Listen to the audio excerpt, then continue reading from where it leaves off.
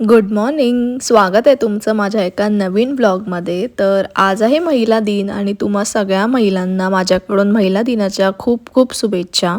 आणि जरी महिला दिन असला तरी आपल्याला घरची कामंही करावीच लागतात. तर सकाळी उठून मी आधी ब्रेकफास्ट बनवला आणि ब्रेकफास्टमध्ये मी केले होते अप्पे आणि सोबतच चहा पण घेतला होता. आणि लंचमध्ये जास्त काही करायचं नव्हतं मला, म्हणून मी आज सोया सॅलेड बनवलं होतं आणि ते तर एक नंबर झालं होतं. तसंच महिला दिन असल्यामुळे आम्ही गिफ्ट वगैरे पॅक करून ठेवत होतो, कारण संध्याकाळी आमच्या सोसायटीमध्ये महिला दिनचं सेलिब्रेशन आहे आणि सोबतच आहे आपल्या इंडियाची मॅच. आणि हा कप मला माझ्या फ्रेंडने गिफ्ट केला होता. तर डिनरमध्ये मी केली होती फिश आणि मग आम्ही रेडी झालो आणि निघालो कार्यक्रमसाठी. महिला दिन म्हणून कोणी भाषण दिलं तर कोणी डान्स केले. मग आम्ही गेलो मॅच बघायला आणि मॅच बघताना आणि वुमन्स डे सेलिब्रेशनमध्ये आम्ही आमची घरची चावी घरीच विसरलो आणि दरवाजा लॉक करून घेतला. मग काय आमचे पूर्ण 12च वाजले. आणि फायनली चावीवाला आला आणि त्याने आमचा डोर ओपन करून दिला आणि इंडिया तर जिंकली, पण आम्ही वरतून सेलिब्रेट करत होतो.